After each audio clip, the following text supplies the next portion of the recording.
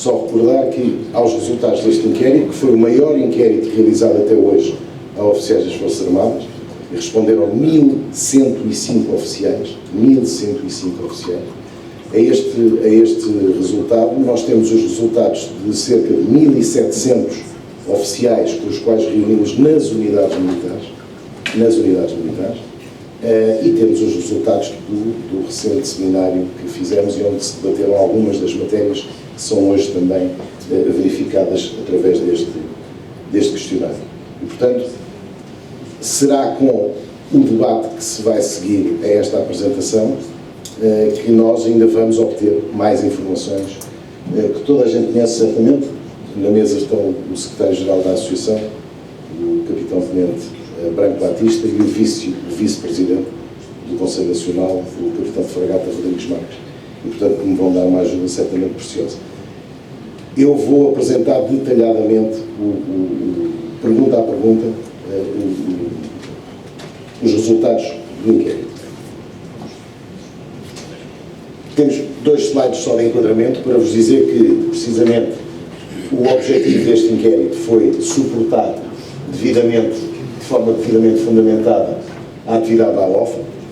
Todos sabem que é esta a nossa forma de estar e proceder desde sempre, ou pelo menos nos últimos largos anos, e é assim que vamos continuar, proximamente com os oficiais, quer seja presencialmente, quer seja através de inquéritos que lhes entrem nas caixas de correio. E isto é muito importante, agradecia muita atenção a isto. A nossa ideia é produzirmos aquilo que chamamos um caderno reivindicativo da OFA para a legislatura. Esse documento vai estar pronto no início de janeiro, ou em janeiro, vamos dizer assim. Vai ser distribuído, em primeiro lugar, como nós sempre dizemos, aos oficiais. Os oficiais vão ser os primeiros a conhecer o documento. E depois, nem que seja no dia a seguir, vai ser dado conhecimento à comunicação social, ao Sr. Presidente da República, como Comandante Supremo das Forças Armadas, ao Sr. Primeiro-Ministro, Ministro da Defesa, todos os grupos parlamentares, ou melhor, todos os partidos com assento na Assembleia, porque também vamos dar, naturalmente, para além dos grupos parlamentares, vamos dar conhecimento do documento à Iniciativa Liberal, ao LIVRE e ao Chega, e, naturalmente, às chefias militares. Seguindo-se a esse envio do documento, nós não nos limitamos a enviar e ficar à espera. Aliás, como sabem, quem segue e de muito perto a nossa atividade, nós logo a seguir vamos pedir audiências a todas essas pessoas, incluindo, começando pelo Sr. Presidente da República, para, precisamente, discutir o documento. Fundamentado. E este documento é fundamentado, entre outras coisas, nos resultados que hoje vamos ver. Os dados concretos do inquérito, portanto, o inquérito correu entre 21 de outubro e 30 de novembro, como sabem. Os destinatários foram todos os oficiais das Forças Armadas, sócios e não sócios. E que oficiais foram estes? Foram os oficiais dos quais a Associação de Oficiais dispõe de endereço de correio eletrónico. Naturalmente não dispomos de todos, nem de perto nem de longe. De endereço de correio eletrónico devidamente autorizado. Como sabem, está é legalmente obrigatório, é legal, portanto, que não se possa fazer contactos via mail com pessoas, sejam eles quais forem, não tem a ver com a OFA em concreto, com pessoas que não tenham autorizado que o mail dele próprio seja utilizado. Ora, nós temos cerca de 1994, tínhamos naquela altura, 1994 endereços de e-mail, e foi a esses 1994 oficiais que nós enviamos o inquérito. Certo? O que quer dizer que os 1.105 que responderam correspondem a 55,41% do universo de oficiais. Isto é importante para verem a dimensão e a representatividade que tem. Entretanto, o Conselho Nacional decidiu que deveria solicitar às chefias militares, ao Sr. Almirante Senfa e aos 3 chefes, portanto ao SEMA, ao SEMA e ao SENFA, autorização para que eles próprios divulgassem o inquérito nas redes internas dos ramos. Isso não foi autorizado. Portanto, nós recebemos respostas, quer do Estado-Maior-General, quer dos 3 ramos, dizendo não autorizamos. Não vamos aqui lavar, imaginem, roupa suja. A única coisa que vamos dizer é que nem vamos divulgar as razões que nos foram dadas. A única coisa que podemos dizer é que lamentamos profundamente que, nesta altura, enfim, não tínhamos conseguido chegar a todos os oficiais que estavam na efetividade de serviço, embora cerca de 500 tenham respondido da efetividade, do ativo. Mas não conseguimos chegar a todos. Estimamos que cerca de 4.000 terão ficado impedidos de responder ao inquérito, porque as respostas aos ofícios que enviámos foram formais e foram no sentido de não, senhor, não fazemos isso. E entramos então no grupo,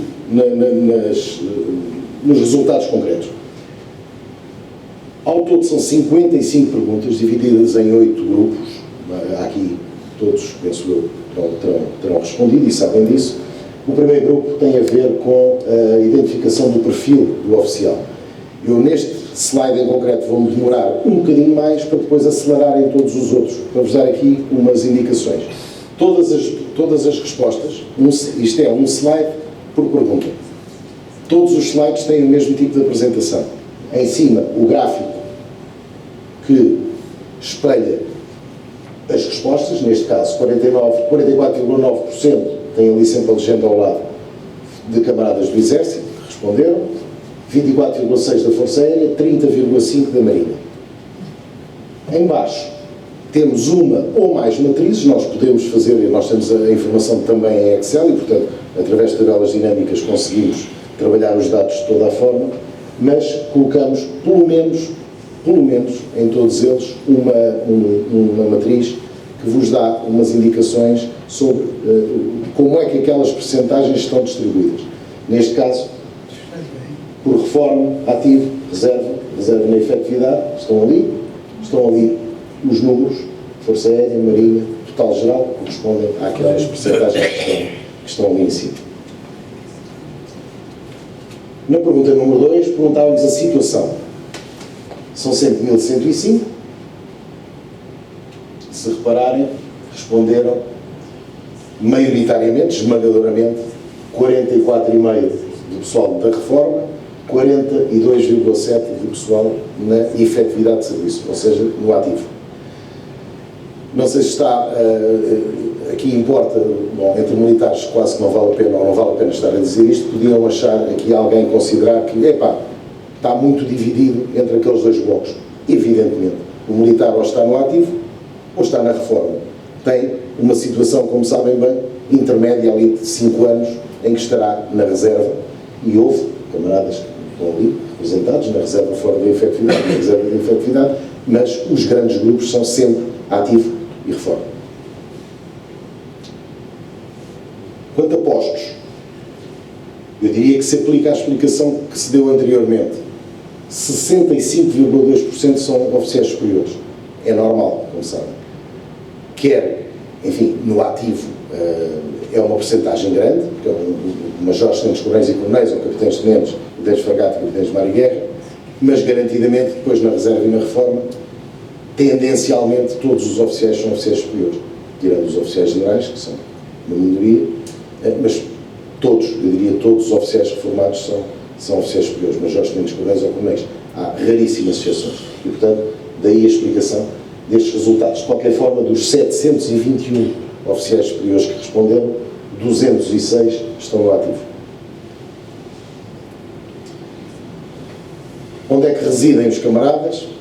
Não é surpresa, 51,1% residem no Distrito de Lisboa, 23,1% no Distrito de Setúbal. Ou seja, isto também é interessante ter este tipo de dados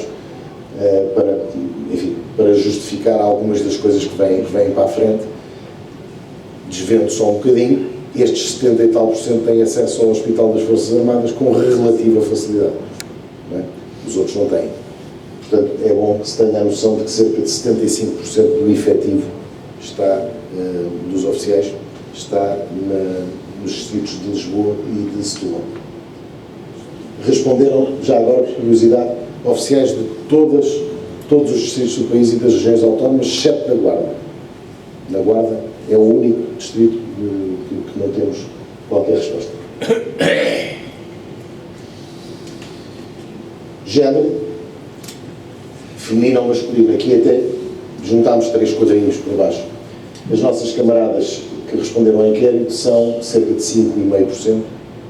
Foram 61, podem ver ali, feminino 61. Nós, masculino, 1044. E pronto, e tem aqui na reforma, no ativo, na reserva, naturalmente que as nossas camaradas estão praticamente todas no ativo, como se sabe, mas pronto, estão aqui as várias distribuições. Faixa etária, também aqui muito dividido, e ainda bem. Portanto, com menos de 25 anos, apenas 11 oficiais responderam. Isto é normal, natural. Reparem que do quadro, dificilmente, diria eu, portanto, só aos 23, 24 é que são oficiais, naturalmente. E mesmo os contratados já entram licenciados e, portanto, entram também na casa dos 23, 24, ou seja, abaixo de 25 anos é difícil de haver oficiais, mas houve 11 que responderam. Tudo o resto está ali também devidamente espelhado. Nada a dizer de especial. E a última pergunta da definição do perfil, se é ou não sócio da AOF.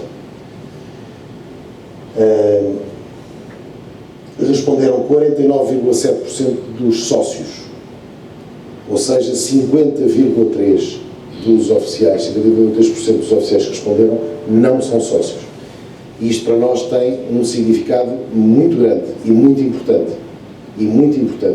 É que poderia haver a tendência, para já, de se pensar que aquilo é um inquérito feito pela AOF. Não, a AOF é muito grande, tem quase 2.000 sócios, portanto, enfim, já de si seria extremamente representativo.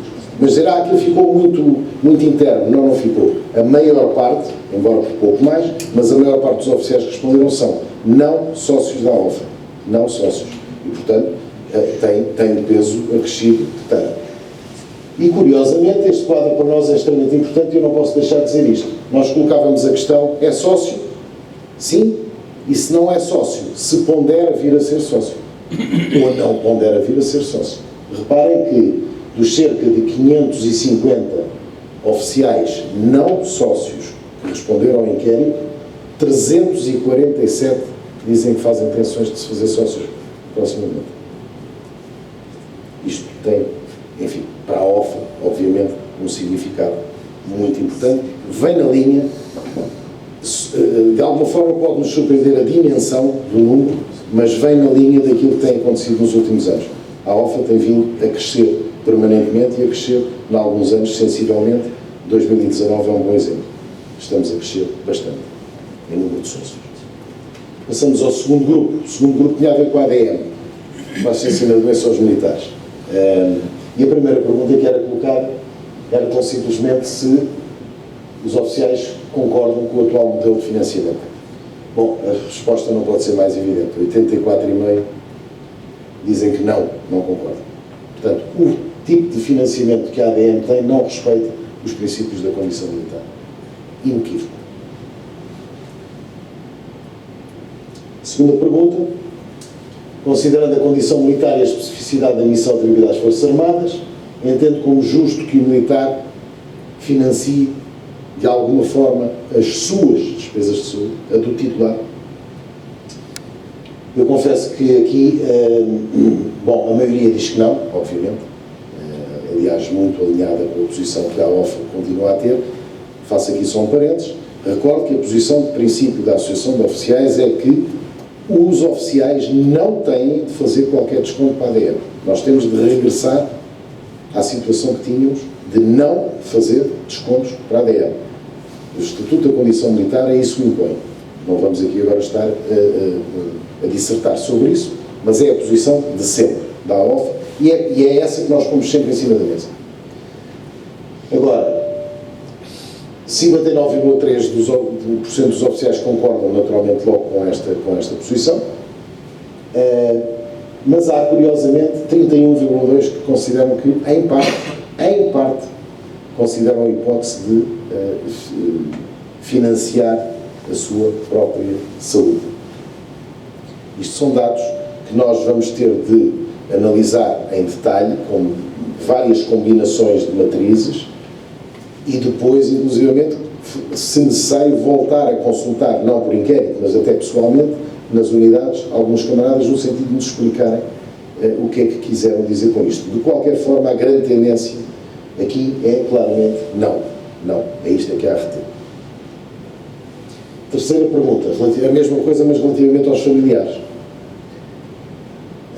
Aqui as opiniões estão muito divididas. Há 40%, 40,1% que dizem que não estão dispostos a financiar a saúde dos seus militares via ADM. E eu recordo que era assim até 2005.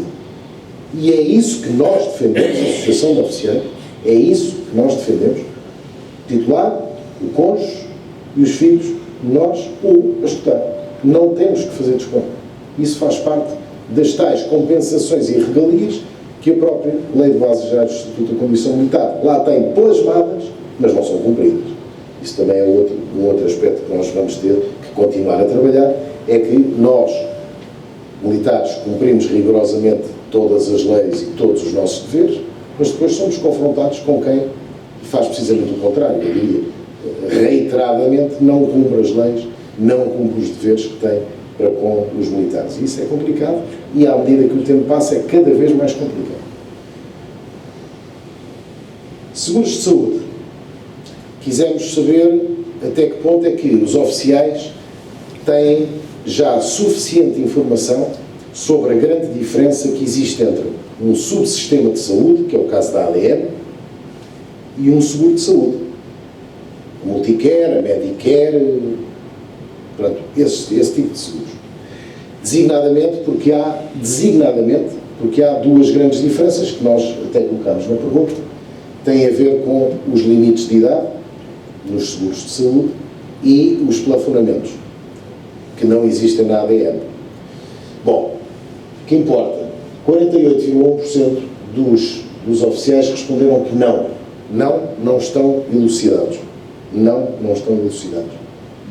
Apenas 24,3%, curiosamente o número é igual, responderam que sim, e há mais 24,3% que diz que ainda tem algumas dúvidas. Ora bem, isto era uma pergunta meramente informativa.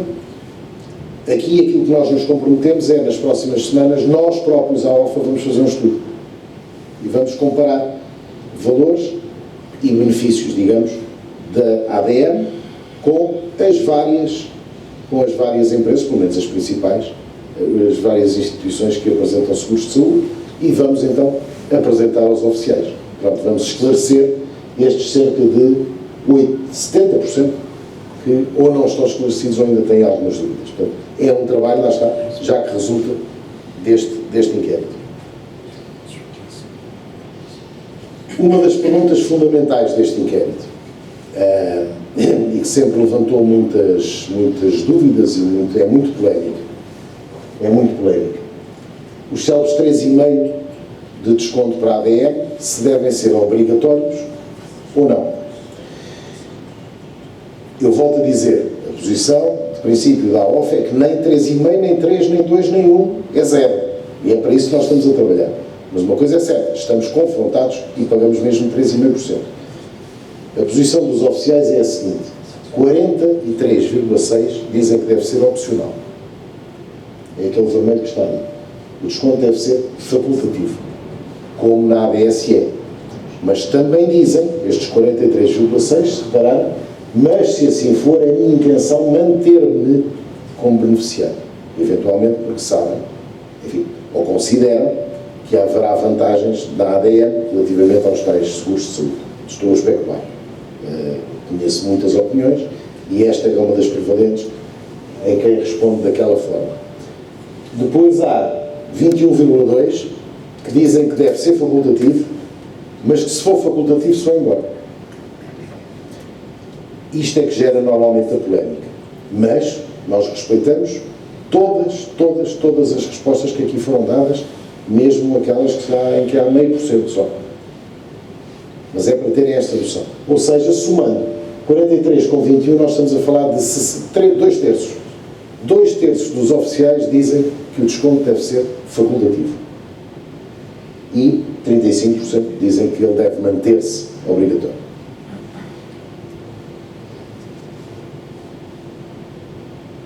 Concorda com a posição do princípio da OFA? Exatamente. Esta pergunta tem a ver com o seguinte: como sabem,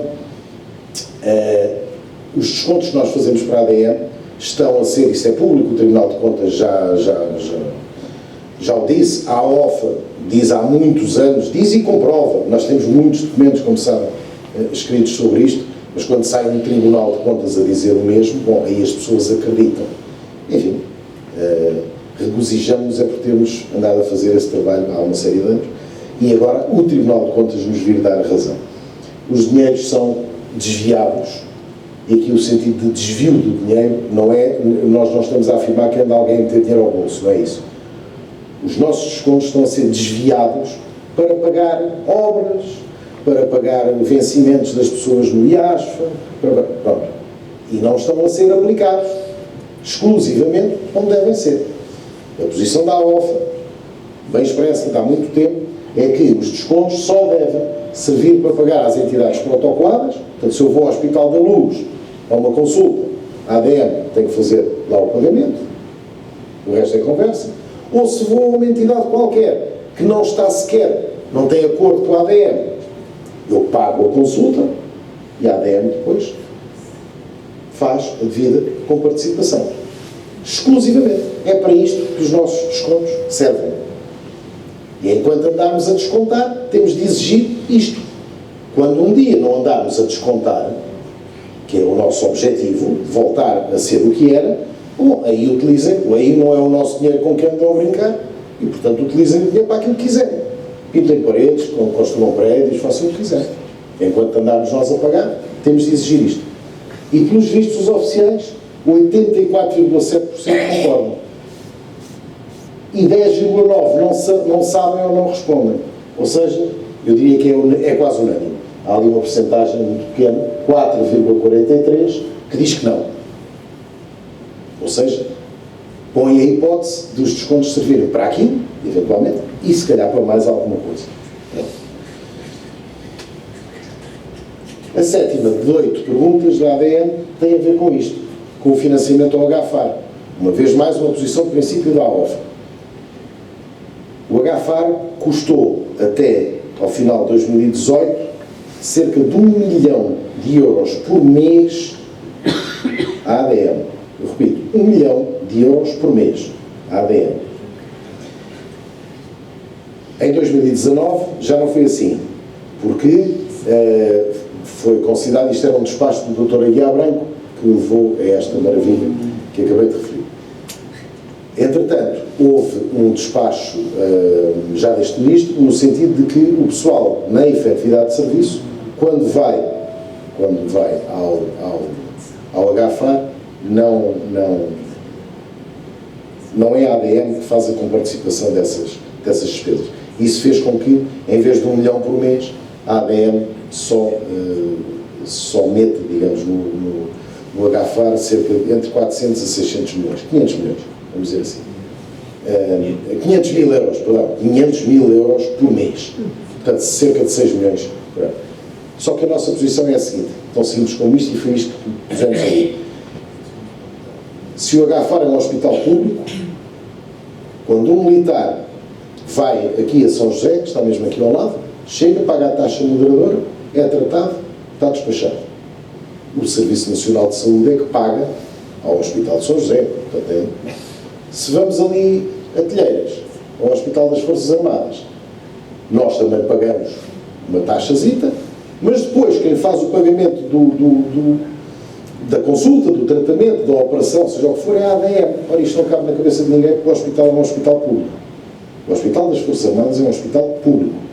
Tem características especiais no sentido de servir a família militar. Mas é um hospital público como é São José ou Santa Maria. E, portanto, nós consideramos que todos os atos médicos, vamos dizer assim, que se fazem no Hospital das Forças Armadas, devem ser onerados ao Serviço Nacional de Saúde. Porque nós, ao estarmos a ir ao Hospital das Forças Armadas, não estamos a ir ao Hospital de São José. Mas falta mais gente ir a São José ou Santa Maria ou seja o que for. Nós é que não temos, como a ADM, que está a pagar isso. Os oficiais concordam em 90,4%. connosco. Aliás, é uma evidência. Finalmente, questionávamos sobre o facto da ADM estar englobada no IASF. Bom, e as respostas são aquelas, as hipóteses que punhamos era sim, considera que se deve manter no IASF, e depois pusemos todas as hipóteses e mais algumas que tínhamos em cima da mesa. Este inquérito resulta do debate diário que nós fazemos nas unidades e no Conselho Nacional e com o Conselho Ontológico, enfim. E portanto pusemos ali as hipóteses todas. A hipótese que foi mais escolhida pelos oficiais foi a de que a ADM deve ser independente do IASF e gerida por uma comissão composta pelo MDE, ramos das Forças Armadas, associações profissionais de militares e beneficiários. Esta é a resposta preferida de 35,8% das pessoas, dos oficiais. Se repararem, se quiserem ver isto pelo lado contrário, apenas 5%, apenas 5%, se quiserem, dos oficiais refere que a ADM deve manter-se integrada no IASF. Portanto, há 95% de oficiais que referem que a ADM tem que sair do IASF, sendo gerida ou por uma comissão independente, ou pelos ramos, ou pelo ENFA.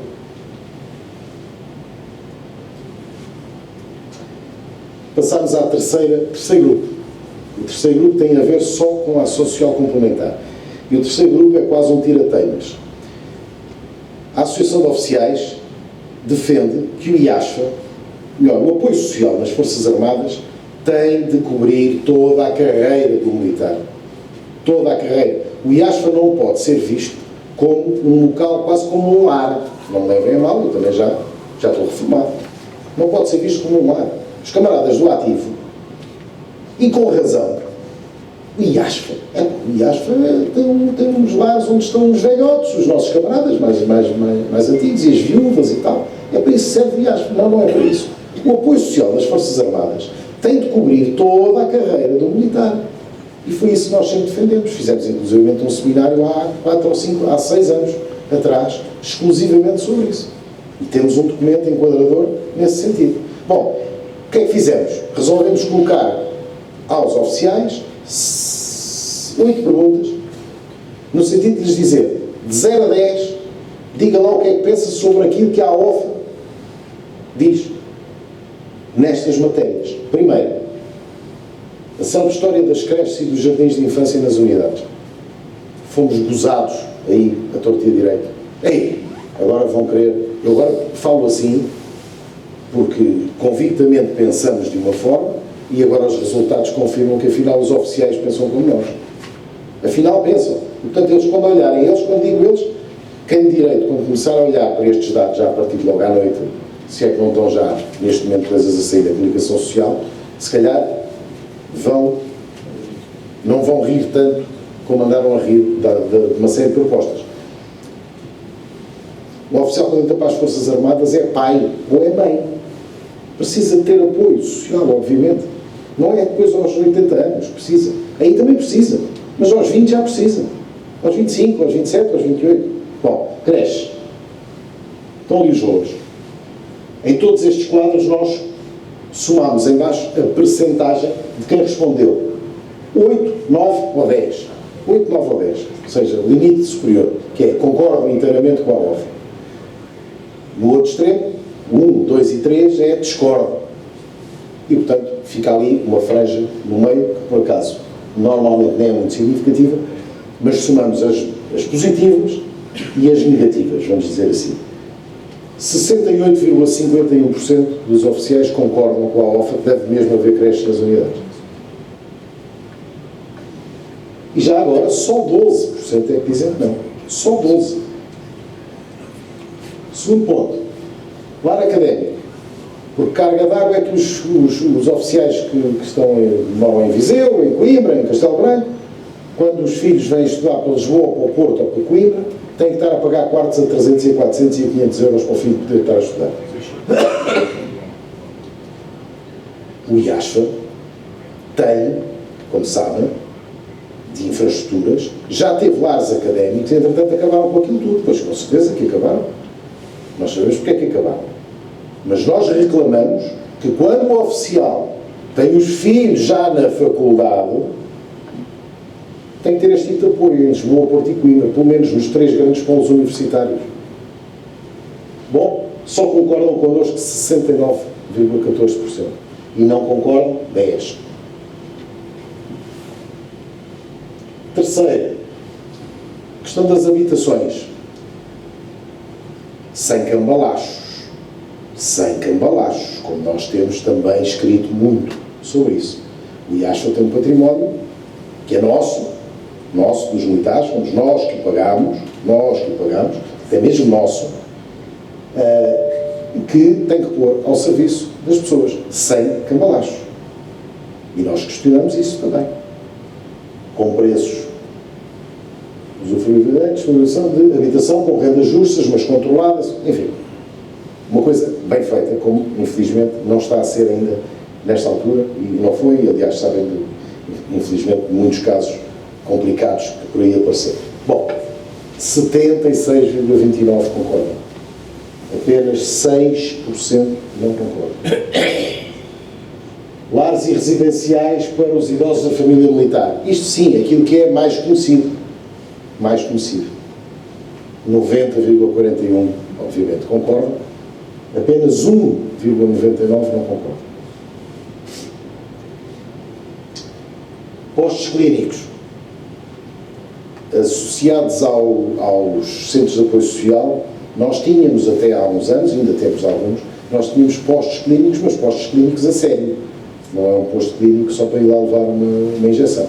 Tínhamos postos clínicos com médicos, com enfermeiros, com capacidade, inclusive, de meios de diagnóstico daqueles mais simples, e é isso que nós reclamamos que temos que voltar a ter no apoio social. Obviamente perdemos tudo isso, o que nos obriga a ir às clínicas privadas, obviamente, e aos hospitais privados. Aliás, a ideia é essa, como sabem, nós não nos podemos deixar enganar.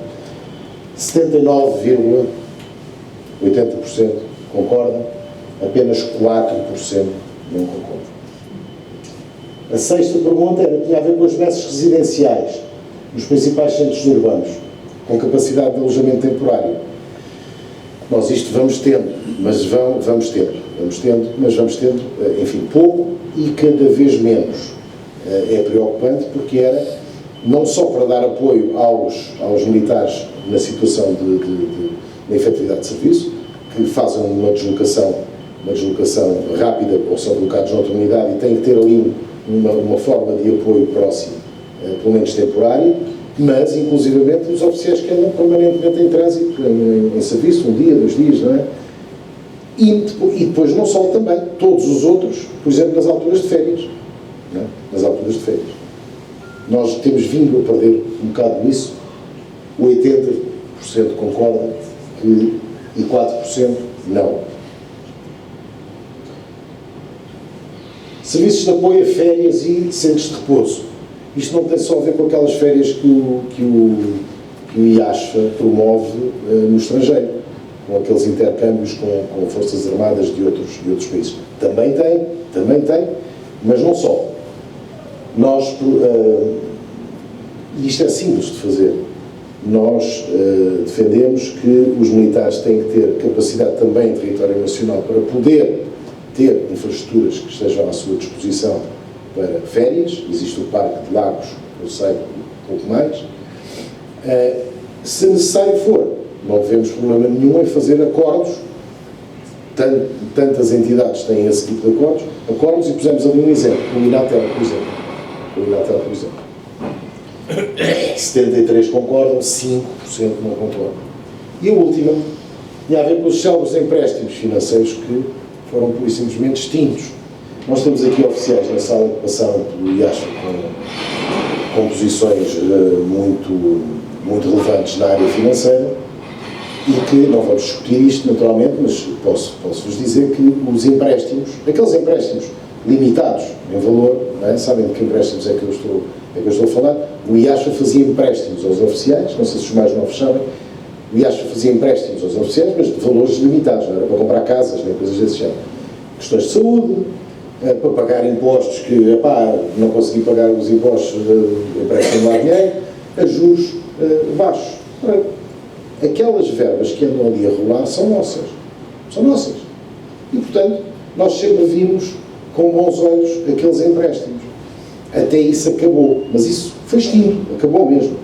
Esses empréstimos, posso dizer que eram, em termos percentuais, chegaram a ser a maior fonte de receita do IASF. Com empréstimos de 5 mil euros, 3 mil euros, 8 mil euros, eram valores desses que andávamos a falar. Okay? 58% concordo, 12% não concordo. Bom, eu diria que concluímos as 8 ideias loucas da AOFA com percentagens absolutamente esmagadoras de apoio por parte dos oficiais. O que quer dizer que vamos prosseguir, e agora prosseguir ainda com mais força. Agora vamos passar à fase de exigir, porque é isto que nós queremos. Os beneficiários somos nós. É que os beneficiários somos nós. Não somos nós e os médicos. Os beneficiários somos nós. E, portanto, se é isto que nós queremos, é isto que tem que ser feito. Até porque boa parte destas coisas já existiu. Foi acabando com elas, paulatinamente. Como quem não quer a coisa, ou melhor, como quem quer a coisa, querem acabar com o apoio social nas Forças Armadas, naturalmente, e ficar com o nosso património, já agora, são uns milhares largos de prédios, e, portanto, é isso que sempre quiseram, e é isso que vão ter sempre a nossa oposição, e cada vez mais feroz.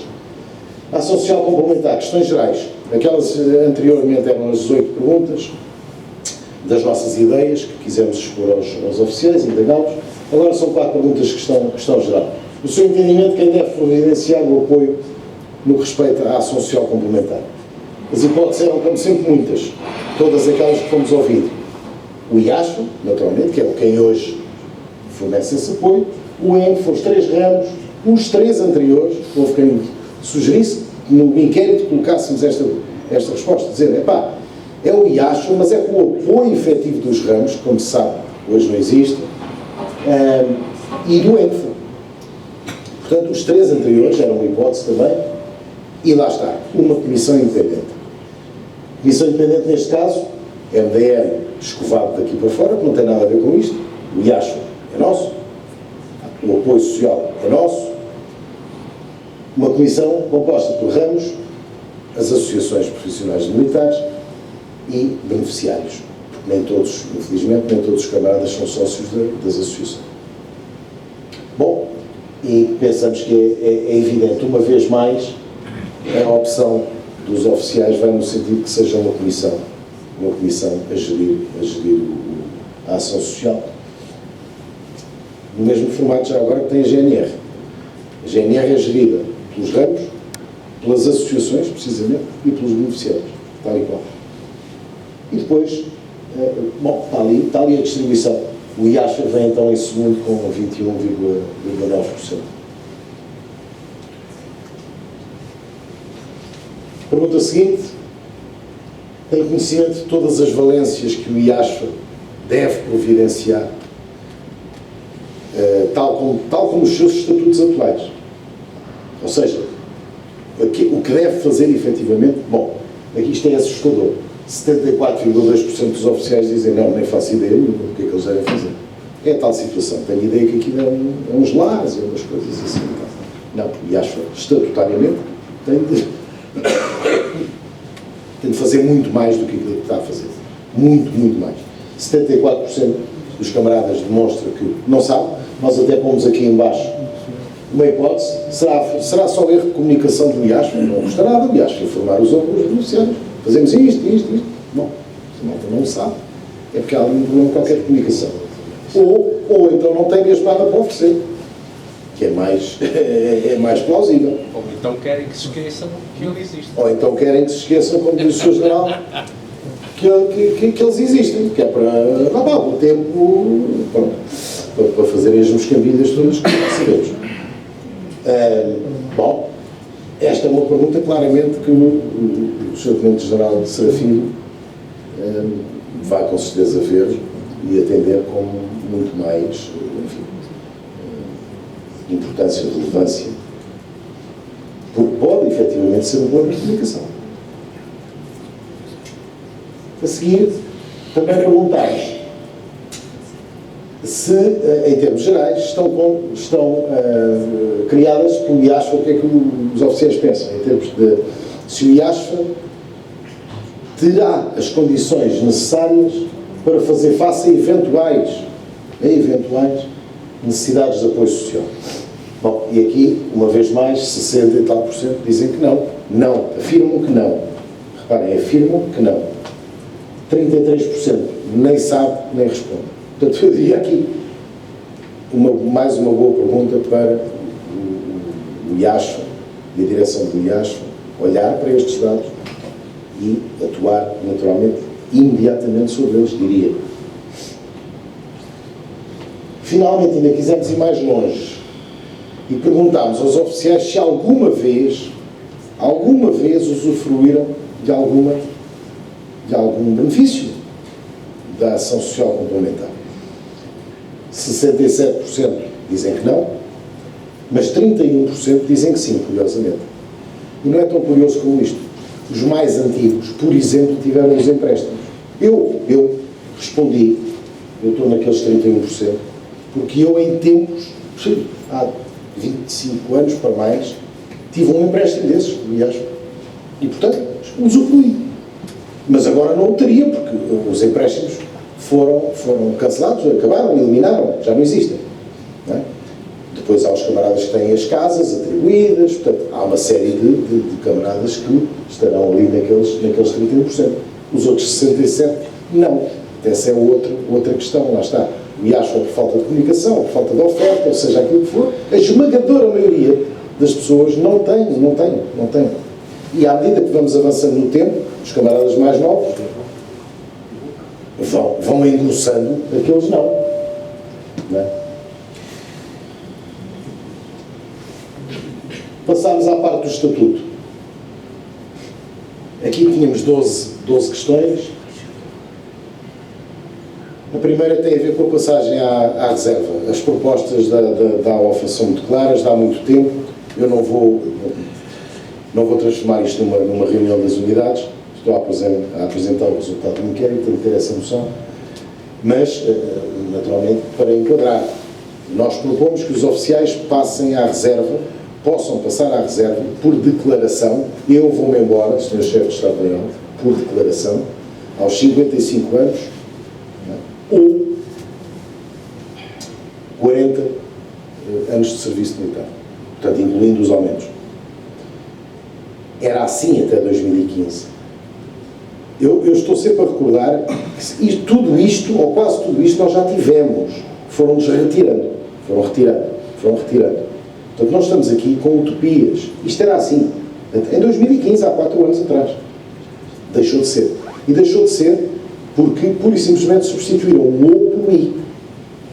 É a célebre troca do O pelo I. E o militar hoje, para passar à reserva, tem que ter 55 anos de idade e 40 de serviço. O que faz com que ninguém passe com 55 anos à reserva. A ideia, obviamente, que era essa. Nós queremos voltar a pôr lá o O. Não queremos mais nada. O O. 82% dos oficiais concordam connosco, obviamente, e mesmo assim há ali 7,7% que não sabem ou não respondem, eventualmente camaradas mais antigos, já mais afastados ainda desta realidade em concreto. Também no Estatuto dos Militares, extinto em 2015, os oficiais podiam passar à reserva a pedido, aí não é por declaração, a pedido com 20 anos de serviço. Hoje não podem. O Dr. Aguiar Branco, na altura, resolveu retirou, não alterou. O outro ainda passou o O para aí. Aqui retirou-nos a hipótese de passarmos à reserva aos 20 anos de serviço. Este mecanismo, por exemplo, tem apoio total dos chefes militares. Nós já discutimos isto com eles. Porquê? Porque sempre foi uma ferramenta que eles tinham para poder gerir carreiras. Não é? Uma coisa é um oficial de uma especialidade ou de uma arma que, eventualmente, está ali com maior dificuldade em haver promoções, não é? E há um oficial que se quer ir embora, então o chefe deixa-o sair, com certeza. E aí consegue, tem esse mecanismo, mas aí é sempre por autorização do chefe militar. Nós queremos a reintrodução disto no EFAI. E, pelos vistos, 82% dos camaradas concordam connosco. Apenas 9% discordam.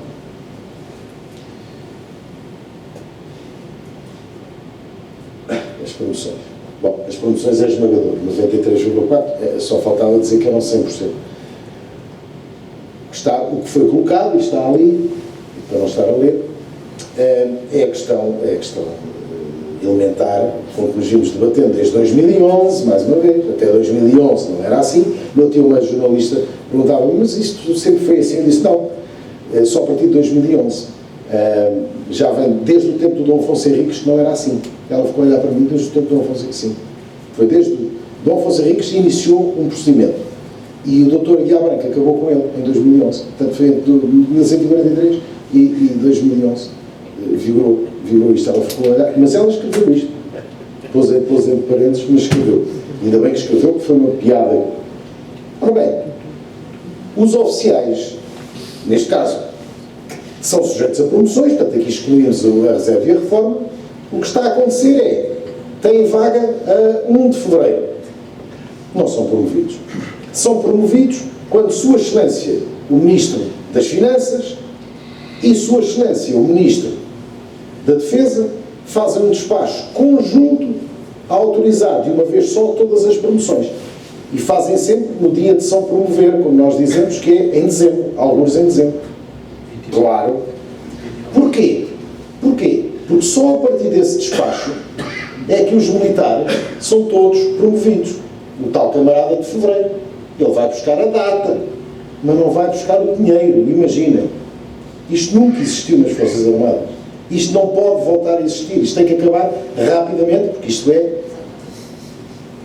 é um roubo descarado. É um roubo. É mesmo roubar. Não é furto. É roubo, porque é com violência. É roubo porque é com violência. Não é? Mas é um duplo roubo, porque os camaradas são prejudicados nesse ano em que são promovidos. Por exemplo, de fevereiro a dezembro não recebem pelo novo posto, chegam a dezembro e dizem assim, olha, tu és capitão com data de 1 de fevereiro, está bem, eu tenho o dinheiro. Não, o dinheiro esquece. O dinheiro, o Sr. Ministro só assinou o despacho. Hoje, está a ver aqui a data do despacho. Por isso não pode ser. Nunca foi assim. E não pode ser assim. Não pode. São prejudicados segunda vez, porque depois no cálculo da pensão de reforma, as pensões são calculadas com base na média de toda a carreira contributiva e, portanto, naquele período de fevereiro a dezembro, ele teve a receber como tenente e não como capitão. E, portanto, quando lhe forem calcular a reforma, com base na carreira contributiva, estão a ver o filme, não é? Portanto, prejudicado 2 vezes, roubado, com violência, 2 vezes. 93% concordam, obviamente, todos os militares concordam com isto. Temos de permanência no posto. Esta é uma proposta nova da Associação. Quisemos testá-la. Quisemos saber o que é que nós propomos. Uma coisa tão simples como isto. As carreiras, o desenvolvimento das carreiras das Forças Armadas, aliás, já vamos ver à frente os belos resultados que ali estão. O desenvolvimento de carreiras das Forças Armadas está uma tristeza, como sabem. Então aquilo que nós propomos é o seguinte: há tempos mínimos nos postos para ser promovido. Isso há. E são respeitados. Ninguém é promovido antes do tempo. Mas não há tempos máximos, e nós preconizamos que os haja, no sentido de dizer assim, vamos supor, major para tenente-coronel, ou capitão-tenente para capitão de fragata, tem que estar 4 anos, isso é o tempo mínimo, muito bem, e o tempo máximo? O tempo máximo? Sim, o tempo máximo, tem que haver tempo máximo. Então são 10, pronto, tudo bem, o mínimo é 4 e o máximo é 10, ok. Isso quer dizer o quê? Que ninguém é promovido a tenente-coronel com menos de 4 anos, está certo, mas se alguém estiver 10 anos em major, é mesmo promovido a tenente-coronel. É mesmo promovido a tenente-coronel. Essa é a nossa proposta. Em que condições? Em condições com uma pequena nuance. Aquilo que nós propomos é que é promovido a tenente-coronel, não fica a ocupar a vaga, naturalmente, não tem vaga, se tivesse já era promovido. Não fica a ocupar a vaga, fica como supranumerário. Quando houver vaga, ocupa naturalmente a vaga, e durante esse tempo que está em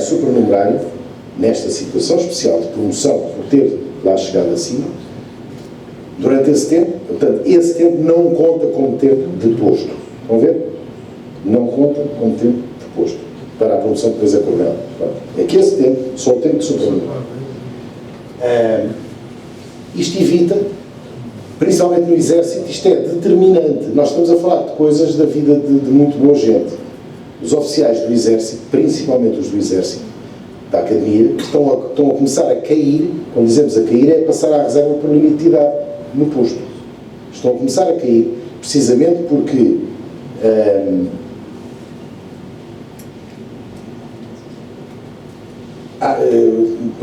estão a começar a cair nos postos de major e tenente coronel. Era isso que eu ia dizer. Portanto, os oficiais da Academia Militar já nem sequer estão a chegar a coronéis, nesta altura. Já nem sequer estão a chegar a coronéis. Ok? E, portanto, há que, enfim, senão qualquer dia, nem nas academias nós já temos pessoal. Quer dizer, contratados já desapareceram do mapa, já quase podemos dizer assim. Depois já serão os das academias. Porque se a previsão, eu entro para a academia, com muita sorte chegas a major, mas alguma vez isto mais vale trabalhar para as obras. Mas já nas obras ganhava mais, de certeza. E era mais positivo. Suplemento da condição militar e hora extraordinária. Perdão, isto é importante. 72,3% dos camaradas concordam connosco. 72,3%. Outro desafio que fizemos, por carga d'água, é que os militares não recebem horas extraordinárias. Eu sei que nós somos, mas é assim, nós temos que provocar no bom sentido, provocar a discussão. Nós falamos destas coisas todas, internamente, e depois lançamos-las aos oficiais. Nós não temos problema nenhum. Nós não impedimos os oficiais de responder aos inquéritos. Estão a ver? Nós não impedimos. Nós queremos mesmo que os oficiais respondam aos inquéritos. E digam sua justiça. E digam que estão lá as opções. O que é que nós propomos? Todos nós que recebemos o suplemento da condição militar têm a noção de que o suplemento da condição militar, legalmente, é tal e qual como eu vos vou dizer, representa que o militar, aquilo é um suplemento que nós temos para ter disponibilidade permanente para o serviço. Ponto. Disponibilidade permanente. Só estou perante militares. Ninguém tem dúvida. Toda a carreira assim foi. Que nós temos que ter disponibilidade permanente para o serviço. 24 horas por dia, 365 dias por ano, tudo. Não nos podemos repousar. Ok. Coisa muito diferente é eu ser escravo e trabalhar 24 horas por dia. Porque se toda a gente entende isto. Ter disponibilidade para, certo. Agora, fazerem de mim escravo, com a redução de efetivos brutal que se verifica nas Forças Armadas neste momento, nós temos os camaradas a trabalhar nas unidades entre 70 a 80 horas por semana. 70 a 80 horas são as médias.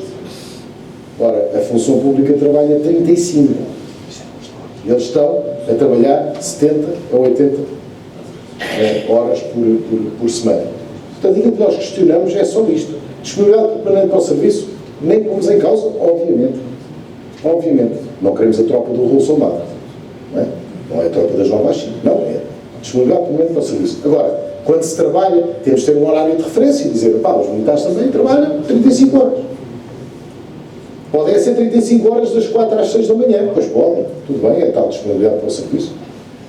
Ou até podem ser 35 horas seguidas. Pois podem, é a disponibilidade para o serviço.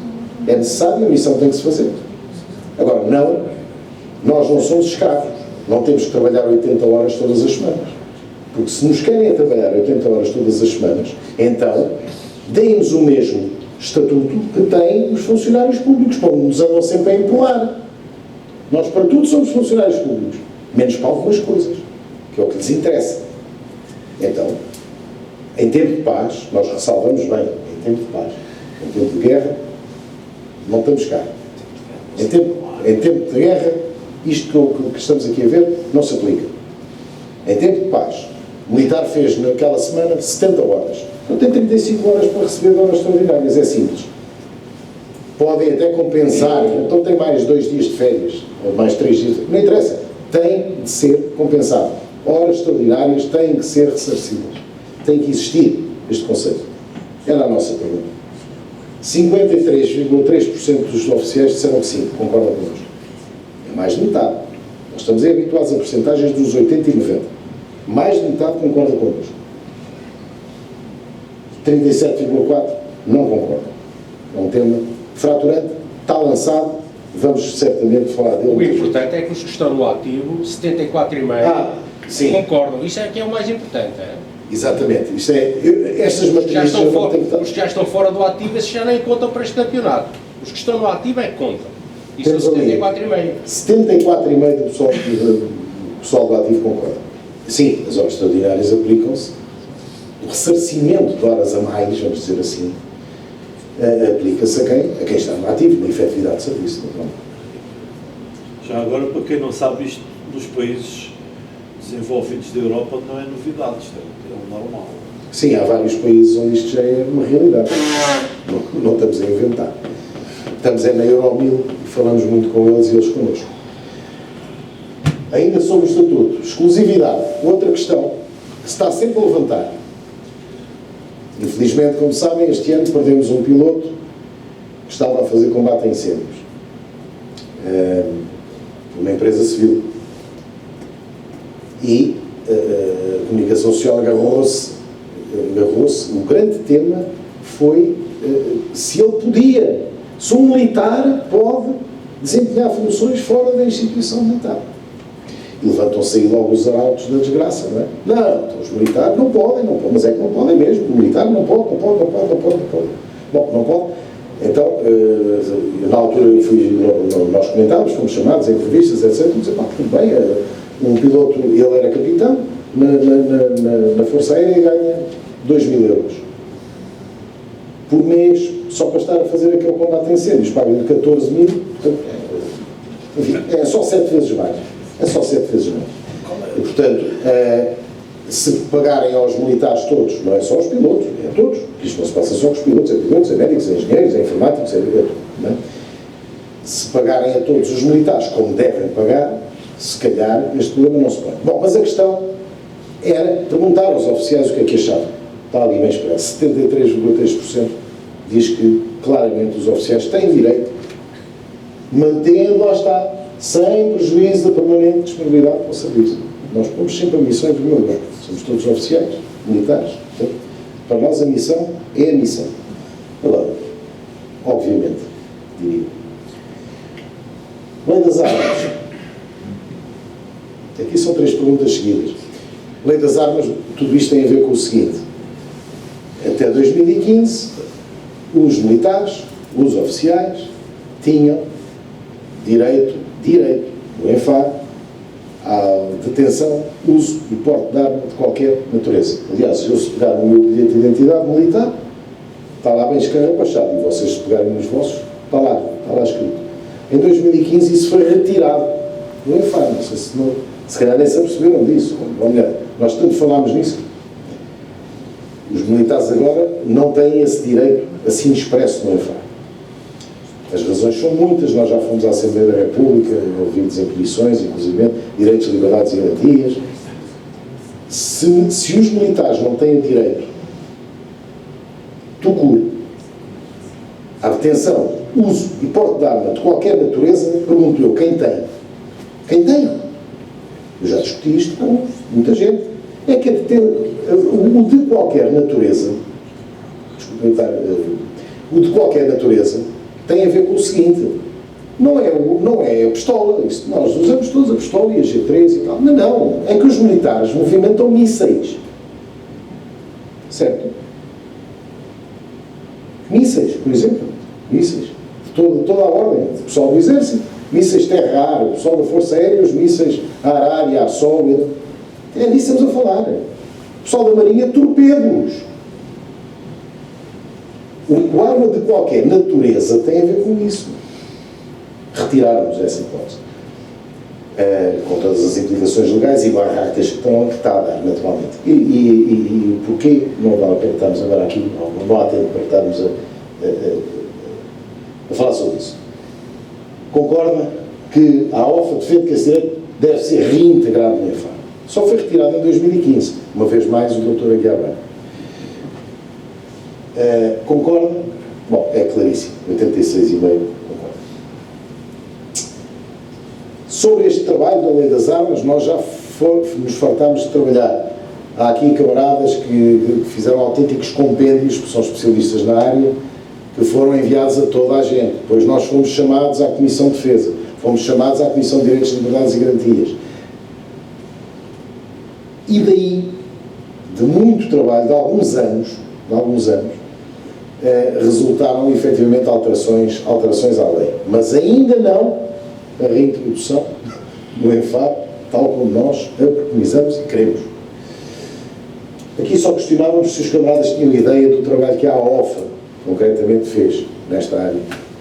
E 46,8 dizem que sim, felizmente, conseguimos ir passando essa mensagem, mas há 36 que dizem que não se aperceberam. Enfim, nós vamos continuar a falar nisso, se calhar vamos-lhes mandar os documentos e os resultados da Assembleia, etc. A 9, ainda era a Lei das Armas. Isto tem a ver com os militares na reforma. Os militares na reforma, após os 65 anos, têm que fazer prova de 5 em 5 anos de que estão bem física e psicologicamente, para poderem ter direito ao uso de porte de arma. Nós não pomos em causa que um militar tenha de fazer essa prova, ou seja, nós não dizemos que o militar, por ser militar, esta é a posição que a OFA tem tomado até agora. O militar, por ser militar, não é aos 90 anos que eu digo, o Sr. Coronel tem 90 anos, mas é militar, está bom da cabeça de certeza e do físico para poder dar uns tiros. Não é verdade. Pode não ser verdade. Portanto, não nos pomos à parte. A idade também passa por nós e, portanto, nós concordamos com fazer a prova. O que não concordamos de forma alguma, e a esmagadora maioria dos camaradas também não, é que essa prova seja feita numa esquadra da PSP. E isto tem dado problemas muito graves, podia-vos contar histórias verídicas. Não vou contar. A questão que se colocava era, concordo que tenha de fazer prova e concordo que dependa do aval da PSP, ou concordo que deva fazer prova, mas deveria o aval ser do chefe militar respectivo, Marinha, Exército ou Força Aérea. Ou até discordo que tenha de fazer prova. Nós tentámos pôr lá as hipóteses todas.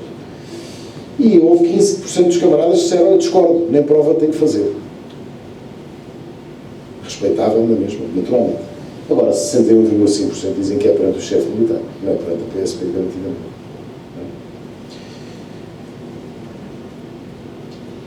Evolução de perspectivas da carreira. Como classifica o seu grau de satisfação com a evolução? Bom, aqui eram tudo perguntas do muito insatisfeito, normal, satisfeito e muito satisfeito, respeitando ali as regrazinhas todas como se deve fazer um inquérito, neste caso. Se somarmos o muito insatisfeito com o insatisfeito, estamos a falar de 67% dos oficiais estão insatisfeitos ou muito insatisfeitos com a evolução que tem ou teve a carreira. Mas se olharmos para o pessoal do ativo, onde é que está? O insatisfeito e o muito insatisfeito só para 76%. É normal. É normal. Para nós não é surpresa nenhuma. Para nós, que andamos nas unidades com esta rapaziada, não é surpresa absolutamente nenhuma. Satisfação global com a carreira. Analisando todos os fatores, voltaria a servir nas Forças Armadas? 58,6% dizem que sim. Sim, 58,6%. 27,5% dizem que não. Apesar de tudo, eu não quero estar... Eu só estou entre militares, não estou político. Nós não convidamos os políticos para estarem aqui hoje. Podemos estar à vontade. Porque eles não entendem que nós não nos movimentamos só pelo dinheiro, nós nos movimentamos por valores, por princípios, enfim. Apesar daquilo que nos têm estado a fazer, ainda assim, 58,6% dos camaradas diz que voltaria a servir as Forças Armadas. Eu sou um daqueles 58,6%.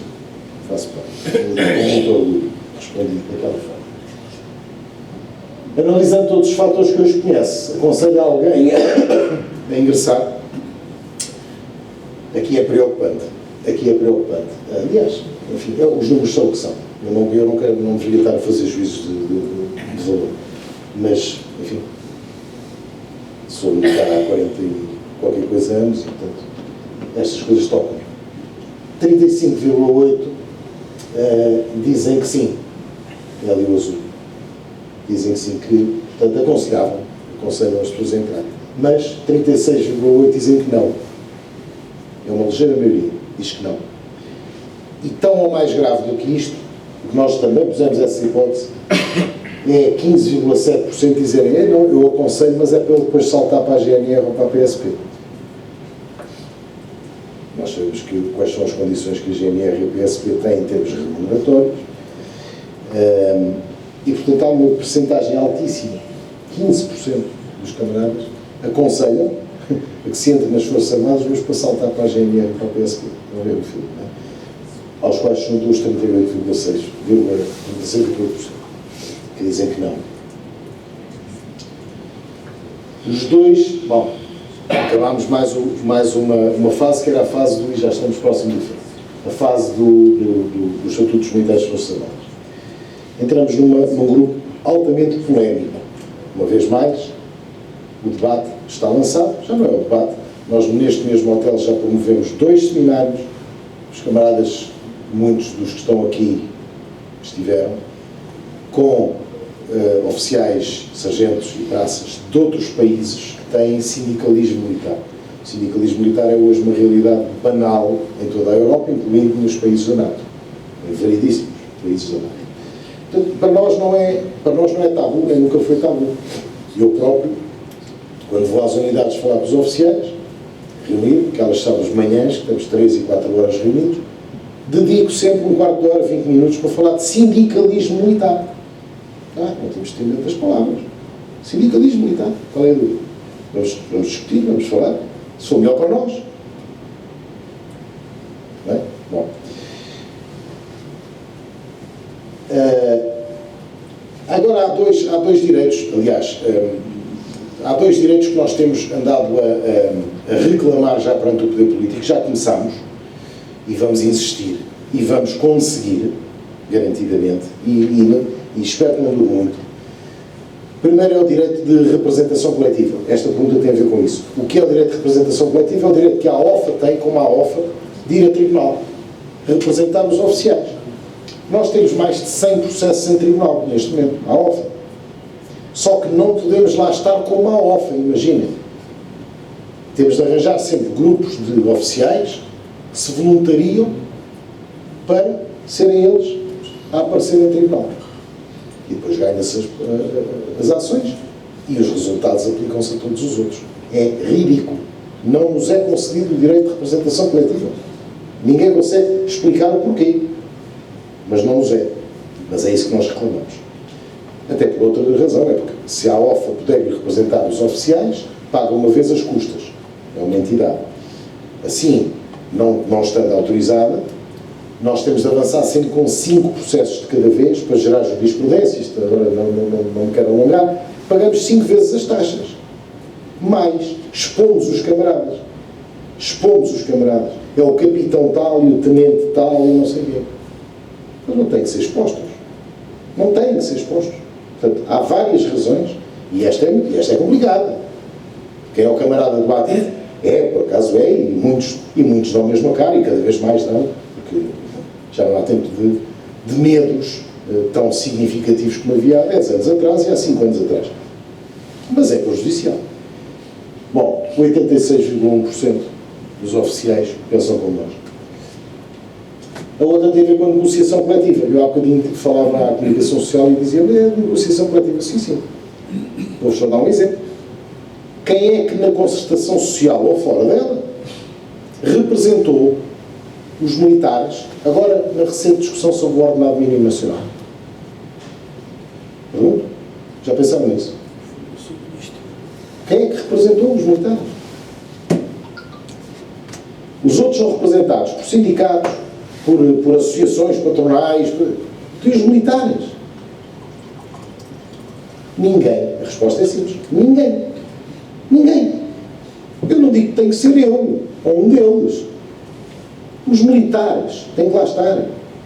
Têm que lá estar. Nem que seja para dizer assim, 635 euros, um ordenado mínimo, é o que eu vou aplicar a um soldado.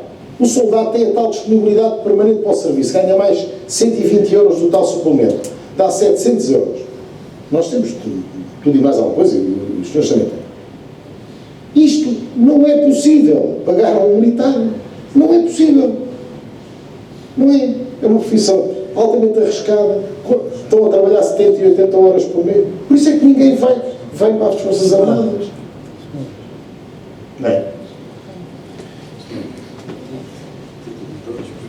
Se nós já estivéssemos, se calhar não, garantidamente, ou quase garantidamente, o ordenado mínimo era 635. Mas alguém tinha dado ali 2 murros acima da mesa e disse, fiquem ata que os militares, por isto e por isto e por isto e por isto e por isto, consideram que não deviam ter um ordenado mínimo de 635 euros. Ou então, ponham uma cláusula que diz, não se aplica aos militares. Isso é depois discutido com eles, e se calhar são 700 ou 800.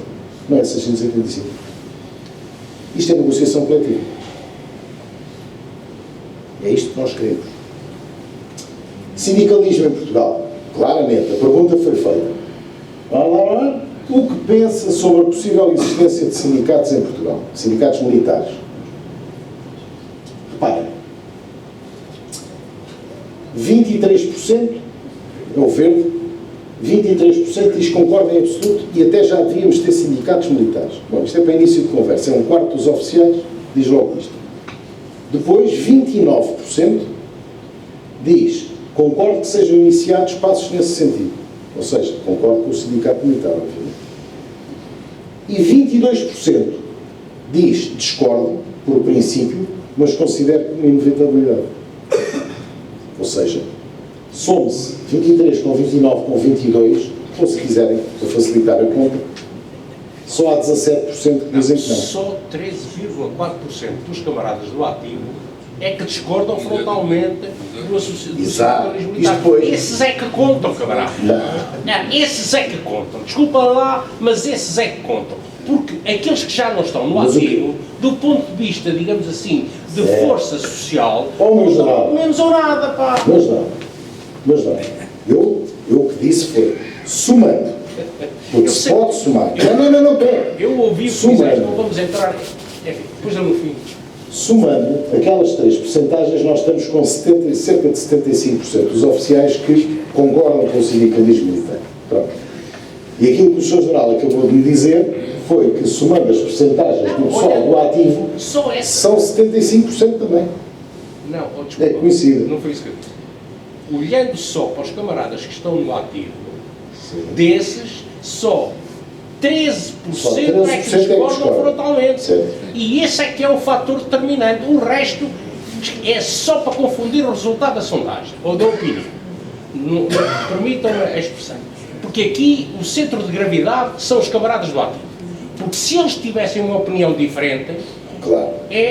Se fossem 80% ou 60% a dizer, nós, do ativo, sindicalismo não. Isso é que, do ponto de vista estratégico, para todo o debate que tem vindo a decorrer, era um problema, não é? Era um problema. Desculpa lá interromper-te, mas... Sim, mas posso-vos dizer que estas percentagens, sendo... Estas percentagens a mim não me surpreendem. Pronto. Porque eu há 3 anos que ando nas unidades. Da Marinha, do Exército e da Força Aérea. Reuni com aqueles 1.700 oficiais. E discuto isto com eles. E, portanto, nunca foi votas sim, votas não. Nunca fizemos isso, mas fizemos agora. Não há dúvida. Deixa-me só dar uma nota. Esta pergunta é importante, tanto mais que o sindicalismo defendido pela Associação visa fundamentalmente garantir 2 direitos, foram aqui referidos, que é o da representação coletiva e o da negociação coletiva. Portanto, isto é um aspecto que é significativo. E também adiantar relativamente à questão, e não pondo de maneira nenhuma em causa a intervenção do Sr. General, é lógico que esta é a opinião dos militares do ativo, mas não é só para eles que é importante a representação coletiva e a negociação coletiva, porque as pessoas que estão na reserva e na reforma também têm umas contas para acertar. Sim, sim. E a Associação tem esse papel para desempenhar. Sem dúvida. Sem dúvida. Ok.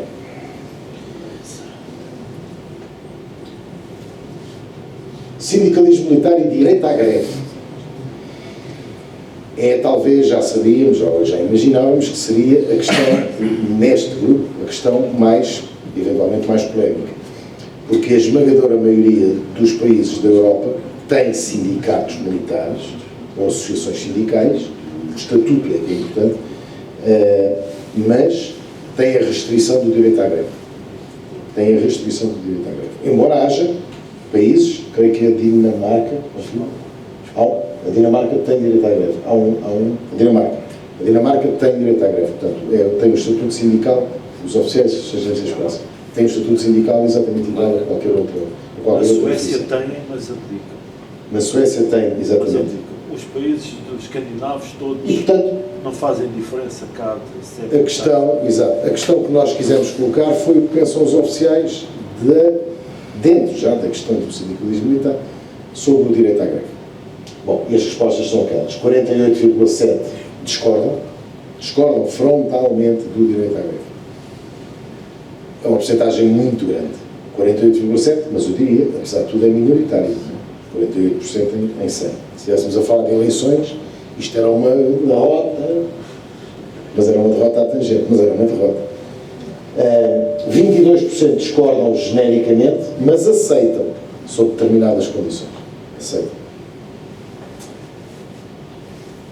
Aceitam a greve, não é o sindicalismo. O sindicalismo já ouvimos no quadro anterior. Depois há mais de 17% que concordam genericamente com o direito à greve, mas sob determinadas condições. Pronto. Portanto, impõem condições. Nós colocámos ali as hipóteses, creio que todas. É polémico. É polémico, mas está discutido e agora está documentado. Passamos ao penúltimo grupo, que é o grupo 5, operacionalidade, condições de trabalho, segurança e imagem institucional. Isto é complicado. E aqui eu apelaria para que fossem olhando aí sim ainda mais. Vão ter isto tudo daqui a bocado, como vos disse, nas vossas caixas de correio.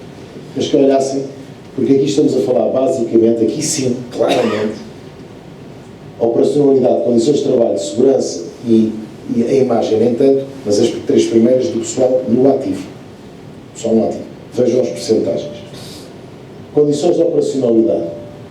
Uma vez mais somamos o piorado e o piorado consideravelmente, o melhorado e o melhorado consideravelmente, e depois tem ali o tem-se mantido estável, está daquele lado, e o não sei, não responde.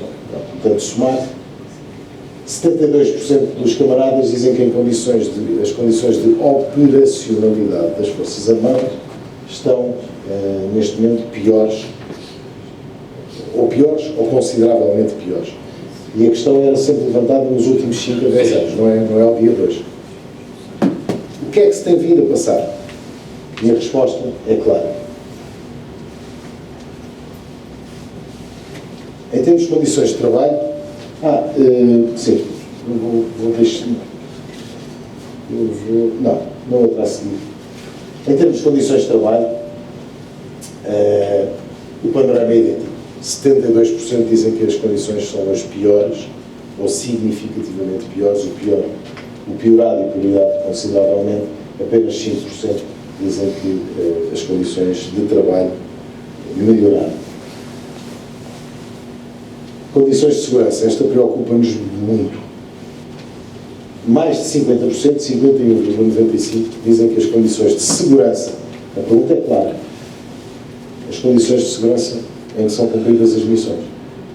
Não é propriamente a condição de segurança do teto da caserna, é a condição de segurança em que são cumpridas as missões. E 51,95% dizem que as coisas têm piorado, e piorado consideravelmente, sendo que, reparem no pessoal do ativo, aqui sim, claramente, as percentagens chegam aos 70%. Isso é que é o... isto é muito, muito complicado. No fim, a gente Recordar só um aspecto que é muito importante e estamos mesmo a acabar. A OFA não se mete em questões de âmbito operacional, mas o nosso estatuto e a lei permite que nós não só nos preocupemos com isto, naturalmente, mas que tenhamos intervenção no caso das condições de segurança começarem a poder afetar a vida dos nossos camaradas, por exemplo, ou as condições de trabalho. Aí sim entramos nas situações de âmbito socioprofissional. E, portanto, nós aí intervimos mesmo. Aliás, já não é a primeira vez. Já não é a primeira vez que temos que dizer a um chefe militar: está-se a passar esta situação, não se passa mais, porque senão nós damos com a boca no trombone para a comunicação social e isto vai ser um barulho. E resolvemos esses problemas. Há aqui um aspecto importante, interessante. Os quadros estão sempre ordenados, têm lá a informação toda, mas estão sempre ordenados pelo resultado maior para o menor. Em todos estes quadros de condições de segurança, operacionalidade e condições de trabalho, curiosamente, ou talvez não, é a Força Aérea que está pior. A seguir a Marinha e normalmente o Exército vem outro. Também aqui. E outro para melhor ou para pior? Para pior. As condições de operacionalidade, as condições de segurança. Não, isto também tem a ver com a comunicação social. E não só. Os sistemas de armas que nós operamos e que a Marinha opera são ainda, os do Exército também, mas são muito mais tecnologicamente avançados. Sim. E há uma sensibilidade maior. Sem o dinheiro, e sem o dinheiro para a manutenção, as coisas começam a falhar mais. Agora, se eu, numa cadeira eu sento, agora se a cadeira for toda eletrónica e for isto e for aquilo e for aquilo outro, bom, eu também me sento, mas tenho a noção de que as coisas ali podem estar, o interruptor não foi mudado, não interessa, o chip já passou o tempo da validade, tudo isso. Esta é a justificação provável pela qual, é a minha pelo menos, na Força Aérea e na Marinha, aparece sempre à frente. Sempre à frente. Com porcentagens superiores. Imagem institucional. Perguntávamos aos oficiais qual é a imagem que têm da instituição, concretamente. No seu entendimento e considerando a tendência dos últimos 5, 10 anos, considera que a imagem institucional das Forças Armadas tem, bom, os resultados, enfim, são o que são naturalmente muito preocupantes. Cerca de 70% dizem que piorou claramente a imagem das Forças Armadas nos últimos 5, 10 anos. Todos sabemos, ou todos se calhar arranjamos rapidamente justificações, explicações para isto, explicações, não é justificações, explicações, que é muito triste. No que diz respeito à imagem dos próprios militares, o que diferencia esta pergunta da anterior é que era a instituição e agora os militares. Desce ligeiramente, mas a tendência é a mesma. Portanto, os militares consideram que a sua imagem perante a sociedade tem vindo a degradar-se fortemente nos últimos anos. Já agora, a título de informação, o último curso para oficial-general, nos temas postos a circular, foi exatamente, pois tudo, e para promover, foi exatamente como combater a má imagem das Forças Armadas. Nós temos muita culpa, naturalmente, penso que todos assumimos, nós temos muita culpa por esta situação, não é? Mas ela vem garantidamente, em grande medida, da falta de condições que são dadas às Forças Armadas e, portanto, as barracas existem, vão existir e isso vai-nos dificultando muito a vida. Entramos no último grupo. O último grupo é daqueles vai dar aí também, enfim, muita confusão, quase certeza, mas pronto, é o que é. Não há confusão nenhuma. A questão que colocávamos era quem melhor pode defender, esta é uma pergunta que já fizemos no inquérito em 2013, quem melhor pode defender os direitos e interesses socioprofissionais dos militares? As respostas não são estranhas, eram expectáveis até. Eu diria que Eu só não esperava uma percentagem tão alta da AOFA, neste caso, nesta pergunta. Porque a pergunta é: quem é que melhor pode defender? Pode defender.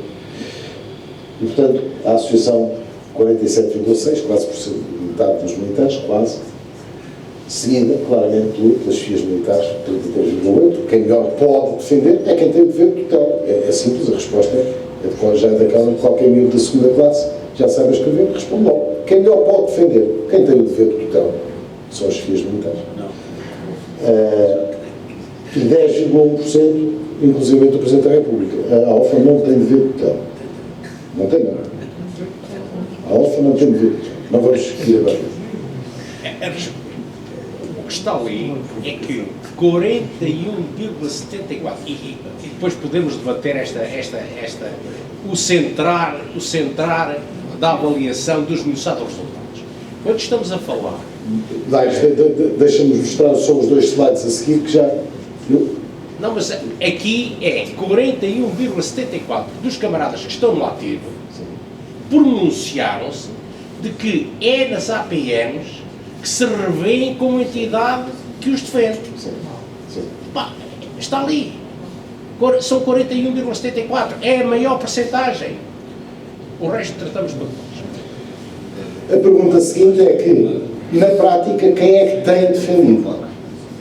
E eu depois tenho um terceiro slide que faz a comparação desta com a que vem a seguir. Quem é que tem defendido?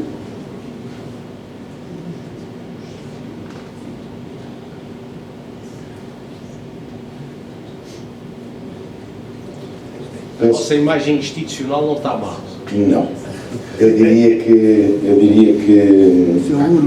os camaradas da AOFA devem estar extremamente orgulhosos por aquilo que os oficiais pensam. Recordo, maioritariamente os oficiais que responderam não são sócios. Ora bem, 65,8%. O quadro que vem a seguir compara estes dois. Reparem, isto é fundamental. Aliás, isto é central. Quem melhor pode defender, quem melhor tem defendido. A AOFA, neste caso, porque é a AOFA que se trata, passa de 47,6% para 65,8%. Os chefes militares passam de 33 para 2. Ou seja, infelizmente, desaparecem. O Presidente da República passa de 10 para 1. E bem. E o Ministro volta a ser... Eu tenho que dizer esta piada, porque há 7 anos fui eu que apresentei também o outro inquérito. Eu estava a ver que este Ministro conseguia ser diferente dos outros, mas não, consegue ser o Ministro 0 outra vez. Não há não chega a 1%, não chega a meio por cento dos oficiais que consideram que o Ministro tem feito. O outro anterior foi mesmo 0. Teve 0 respostas. Este teve 4. Não sei se chamou, estou a brincar, com muito respeito por eles. Não sei se chamou os assessores da Marinha. Vocês aí ponham que foi o Ministro. Para serem, eles são 4. Portanto, a reter, infelizmente, é isto. É que quem efetivamente tem defendido...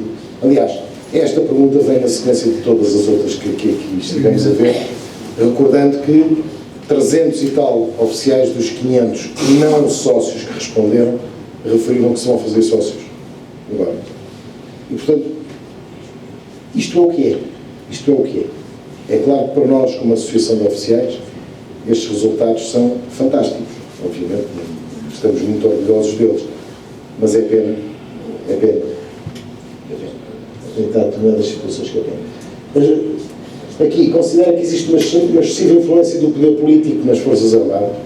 Também muito se falou nisto sobre tanques, as questões de tanques, do colégio militar, etc. A pergunta foi seca, foi aquela. As respostas são evidentes. Quase 90% dos oficiais dizem que sim. Nomeação das chefias militares. Considera que a forma atual de escolha e nomeação das chefias militares é correta? 90% dizem que não. Aqui até é curioso, reparem, 88% dos generais dizem que não. O quê? Não é o quê? É isso mesmo. Não perceberam a pergunta? Não perceberam? E eles são, tu és general. Isso é grave. Tu és general. E presumo que Isso foi mesmo é que posso falar assim, pá.